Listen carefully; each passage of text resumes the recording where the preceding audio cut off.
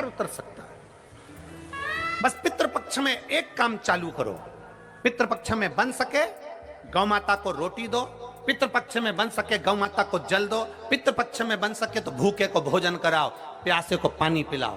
पितृपक्ष में बन सके, तुम्हें किसी ने कह दिया, कोई विद्वान ने तुम्हें बता दिया कि तुम्हारे पितृ दोष है, तुम्हारे घर में काल सर्प दोष है, तुम्हारे घर में ऐसा दोष है, तो एक काम चालू करो, 16 दिन श्राद्ध के एक चावल का दाना देवाधिदेव महादेव के शिवलिंग पर समर्पित करो, दूसरा चावल का दाना अशोक सुंदरी की जगह पर समर्पित करो, और एक लोटा जल पहले अशोक सुंदरी वाली जगह पर थोड़ा सा चढ़ाओ, उसके बाद शंकर भगवान को उस जल को अर्पित करो, अपना गोत्र बोलकर, अपने पितरों का स्मरण कर कर आपका पितृदोष अपने आप शांत हो जाएगा, दोष मिट जाएगा, आपका पितृदोष शांत।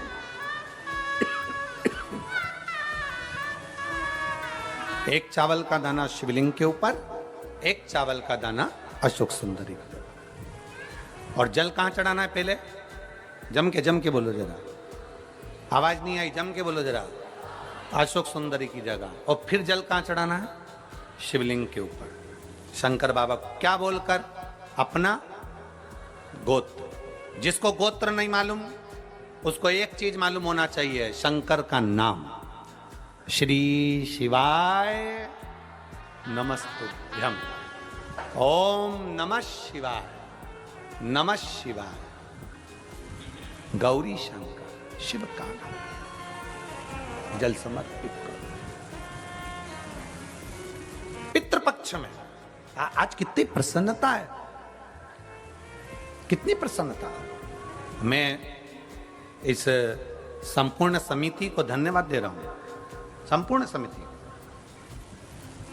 मैं पूरी समिति को, मैं लाखोटिया जी आपको भी धन्यवाद देता हूं, और पूरी समिति को धन्यवाद दे रहा हूं कि आज इतने वनवासी क्षेत्र के ना जाने कितने भक्त जो नहीं जा पाए, उनको यह कथा सुनने को मिल रही है, और उनके लिए जो भोजन भंडारे की व्यवस्था भी करी गई है, तो शिव तत्व की प्राप्ति है श्राद्ध। एक चावल का दाना अशोक सुंदरी की जगह, अशोक सुंदरी का स्थान मालूम है ना सबको? बोलो बोलो, जम के बोलो जरा, सबको मालूम है ना? अशोक सुंदरी की जगह, और एक चावल का दाना मेरे देवाधिदेव महादेव को। कोई कितना भी कह दे। अब किसी ने एक बात पूछी, एक बेटी, तालाब या नदी के पानी को शंकर भगवान पे चढ़ाना चाहिए कि नहीं चढ़ाना चाहिए? तालाब और नदी के पानी को चढ़ाना चाहिए, क्योंकि उसमें सब नहाते हैं, तो हम चढ़ाएं कि ना चढ़ाएं? तो मेरा अंजलि बेटी आपसे निवेदन, एक बेटी कहाँ है ये, इसको बुलाऊं जरा, कहाँ बैठी है? हाथ हिला जरा बेटा, अंजलि बेटी कहाँ बैठी बेटा? हाथ हिलाओ जरा, कहीं दिखी नहीं मेरे को, टीवी पे नहीं दिख रही है। हाँ दिख गई बेटा, आजा, एक बेलपत्र लेकर जा, आजा आजा। ए गुरुजी, तेरा ये शब्द नहीं भूलूंगा वो, ए गुरुजी। तालाब नदी का पानी शंकर को चढ़ाना चाहिए कि नहीं चढ़ाना चाहिए? क्योंकि उसमें सब नहाते हैं, सब तरह के लोग होते हैं, सब तरह के लोग नहाते हैं, तो वो पानी हम चढ़ाएं ना चढ़ाएं? मेरा अंजलि बेटी से निवेदन है कि स्मरण में लेकर आओ, अग्नि, वायु, जल, पृथ्वी, आकाश, ये 5 कभी अशुद्ध नहीं होते, ये शुद्ध की शुद्ध रहते हैं। पृथ्वी जिस पर तुमने गंदगी करी है, पृथ्वी कभी अशुद्ध नहीं होती, कभी अशुद्ध नहीं होगी। अब ये जंगल है, ये इतना बड़ा ग्राउंड है, अब जरा विचार करो, इस पृथ्वी पर लोग मलमूत्र कर कर गए होंगे, पहले ना जाने कितने लोग इस पे गंदगी कर कर गए होंगे, उसके बाद शिव पुराण हो रही कि नहीं हो रही? बोलो जम के बोलो। इस भूमि पर लोग बैठे कि नहीं बैठे, कथा सुन रहे कि नहीं सुन रहे? पृथ्वी, भूमि कभी अशुद्ध नहीं होती, अग्नि कभी अशुद्ध नहीं होती, अग्नि कभी अशुद्ध नहीं है, आकाश कभी अशुद्ध नहीं है,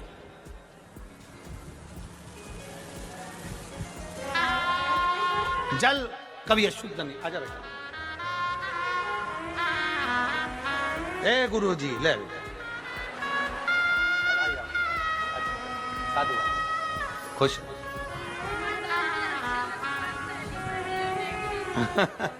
शंभू हे गुरु जी। हाँ, बेटी ने हिम्मत करी है प्रश्न लिखने की, एक बार जोरदार ताली बजाकर स्वागत करो। ये बेटियों की हिम्मत है कि वो मुहूर्त कोई के अच्छा काम करने के लिए मत जाओ, अच्छा मंगल कार्य के लिए आगे मत बढ़ो। शिव महापुराण की कथा कहती है कि पितृ बुरे नहीं होते हैं।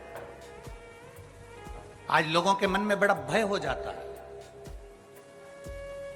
व्हाट्सएप खोलो, फेसबुक खोलो तो ब्राह्मणों के लिए लोग कमेंट्स करना प्रारंभ कर देते हैं कि अब श्राद्ध पक्ष चालू हो गया, ब्राह्मण जीमने के लिए जाएंगे। कोई ब्राह्मण की तुलना कौवे से कर देता है, कोई कुछ कह देता है, कोई कुछ कह देता है। ना,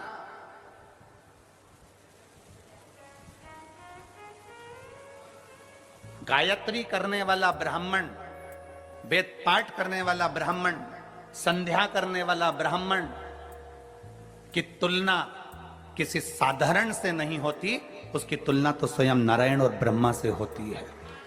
स्वयं नारायण, तुम अभी नया वस्त्र मत लो, पितृपक्ष चल रहा है,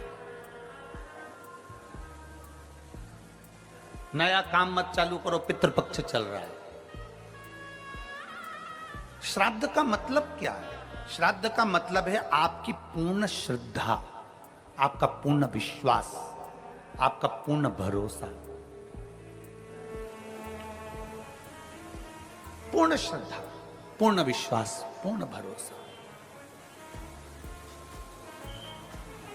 पुराण ये नहीं कहती कि आप अपना एक स्थान पकड़कर बैठ जाओ। शिव पुराण तो यहां तक कहती है कि तीर्थ में भी जाकर मत बैठो। शिव महापुराण की कथा कहती है किसी नदी के तट पर जाकर मत बैठो। शिव पुराण की कथा कहती है कि शंकर के शिवालय में जाकर मत बैठो। आप तो अगर तीर्थ गए हो तो वहां से लौट कर आइए, नदी के किनारे तक गए हो लौट कर आइए, किसी शिवालय तक गए हो लौट कर आइए। शिव महापुराण की कथा कहती है कि आप अपनी लगनता, अपनी मेहनत, अपना कर्म इतना प्रबल करो, इतना मेहनत करो कि उस मेहनत का फल आपको मिले।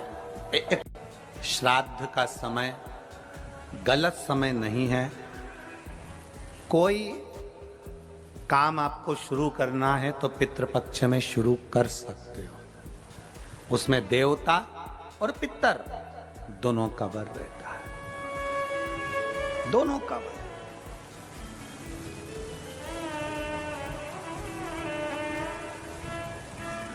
कितना देते हैं शिव?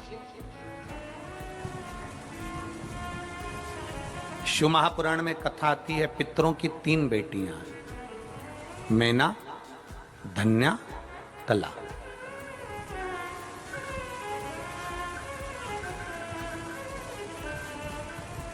मैना के सुंदर आनंद में पार्वती जी है। धन्या सुनैना बनी, जिनकी गोद में माता सीता जी खेले। कला कीर्ति बनी, जिनकी गोद में राधा जी खेले। पितरों की 3 बेटी। अब पितरों की 3 बेटियों के 3 देवियां हैं। पहले नंबर पर कौन है? पार्वती जी। दूसरे नंबर पर कौन है? सीता जी। और तीसरे नंबर पर कौन है? जम के बोलो जरा, राधा जी। ये पितरों की बेटियों की बेटियां हैं।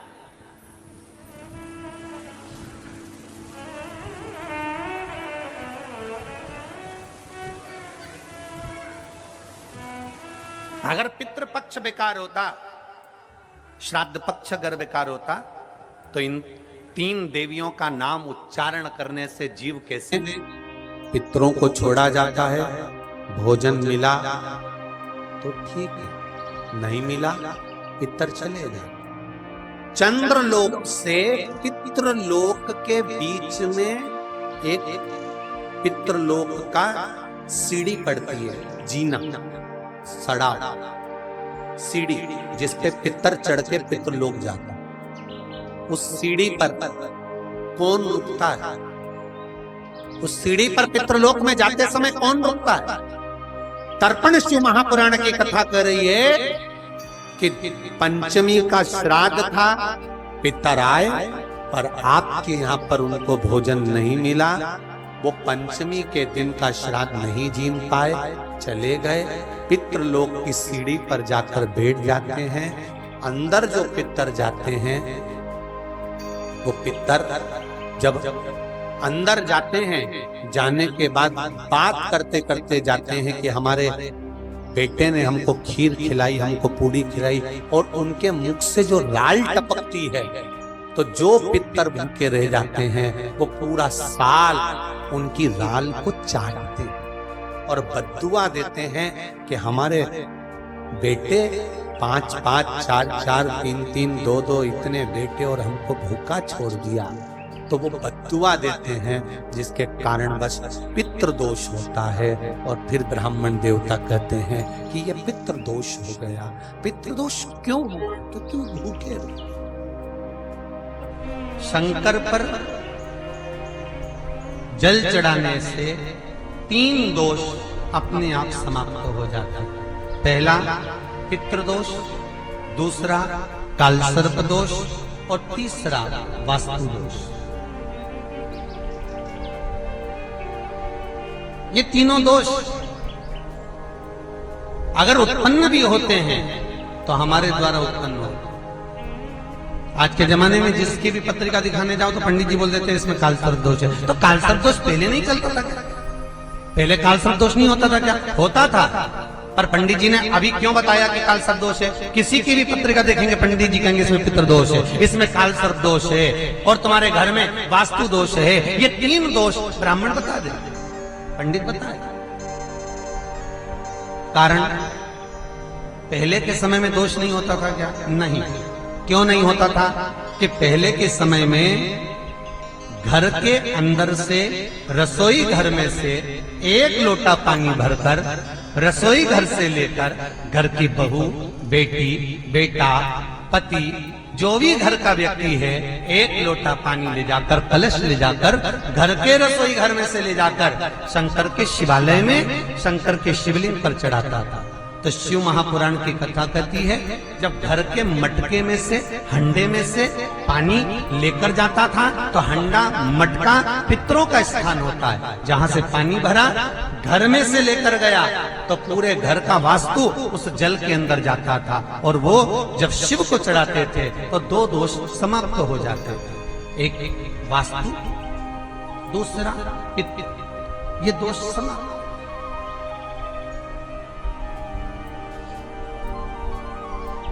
तीसरा दोष कालसर्प दोष कहां से आया? तो शिव महापुराण की कथा कहती है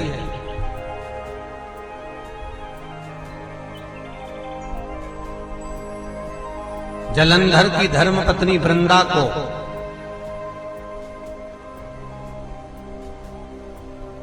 जब सात्वित्व भंग किया गया भगवान विष्णु के द्वारा, तब वृंदा तुलसी के क्यारे के रूप में प्रकट हो गई।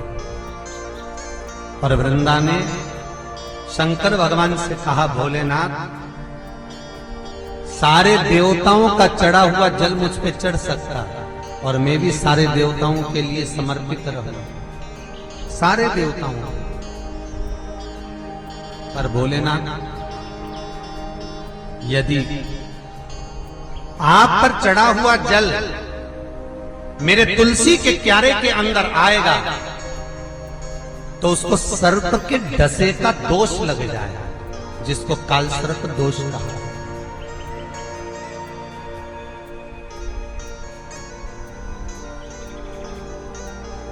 जिसको कालसर्प दोष। इसलिए हमारा हिंदू धर्म कहता है कि भगवान के स्नान का जल दूसरे वृक्षों में डालना चाहिए पर तुलसी में नहीं डालना चाहिए। पहले के समय में घर में बगीचा बड़ा होता था तो लोग जल को ले जाकर वृक्षों में डाल देते थे। आज के जमाने में ले दे के केवल एक तुलसी का पौधा मिलता है, जो भी भगवान को निलाया ले जाके तुलसी में डाल दिया।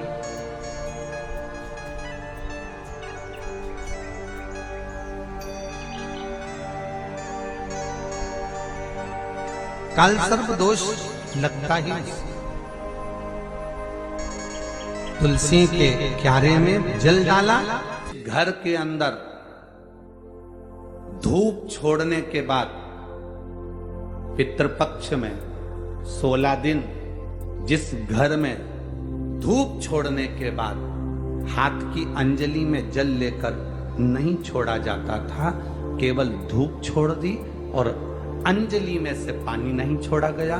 गाय को श्राद्ध पक्ष में रोटी निकालकर खिला दी, थोड़ा सा जल गाय को नहीं दिया गया। कौवे को रोटी दी गई, कागा को भोजन दिया गया, जल नहीं छोड़ा गया।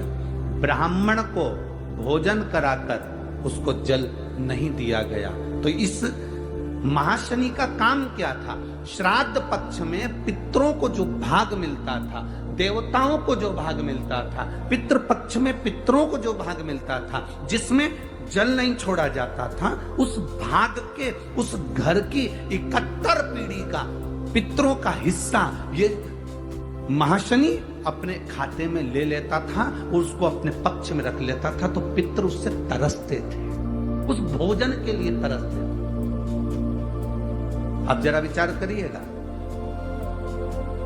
वैसे तो आप लोग सब समझदार हैं, वैसे तो आप लोग सब अगर धूप छोड़ते होंगे तो जल जरूर छोड़ते होंगे। बोलो सही है, देते हो ना जल। अगर अग्नि में तुमने थोड़ा सा भाग दिया है तो वहां पानी का छोड़ना जरूरी है, जल का छोड़ना जरूरी। देव पितर शिव महापुराण की कथा कहती है, घर में मान लो 1 रुपया कमाकर लाया जा रहा है, घर के अंदर यदि 1 रुपया आ रहा है तो सवाया खर्च हो रहा, घर में धन दिख नहीं रहा। एक जरा सा बर्तन रखा है, उसके पीछे घर में विवाद हो रहा है, तो समझ लो ये महाशनि का भाव प्रबल हुआ। घर में बच्चे, एक बेटा बीमार हुआ, एक बच्चा बीमार हुआ, ठीक हुआ, दूसरा बच्चा बीमार हुआ, ठीक हुआ, तीसरा बच्चा बीमार हुआ, ठीक हुआ। छोटे बीमार होते होते बड़े बीमार होने लगे, एक बीमार पड़ रहा है, एक ठीक हो रहा है, समझ लो महाशनि का प्रभाव है। मतलब तुम्हारे घर में अगर 4 बेटे हैं, 3 बेटे हैं, उन्होंने धूप तो छोड़ दी, पर किसी ना किसी ने जल देने से उसको जल प्रदान नहीं करा। गाय को रोटी तो श्राद्ध पक्ष में दे दी, पर जल नहीं दिया गया। गाय को अगर रोटी देने जा रहे हो तो थोड़ा सा बाल्टी में पानी भर कर ले जाओ। अगर बाल्टी में भी पानी नहीं ले जा सकते, थोड़ा सा जल उसके मुख पर जरूर देना चाहिए कि वो जल का आचमन कर ले। कौवे को अगर भोजन दिया है, कागा को अगर भोजन दिया है, थोड़ा सा जल का भाग भले कटोरी में भर कर ले जाओ और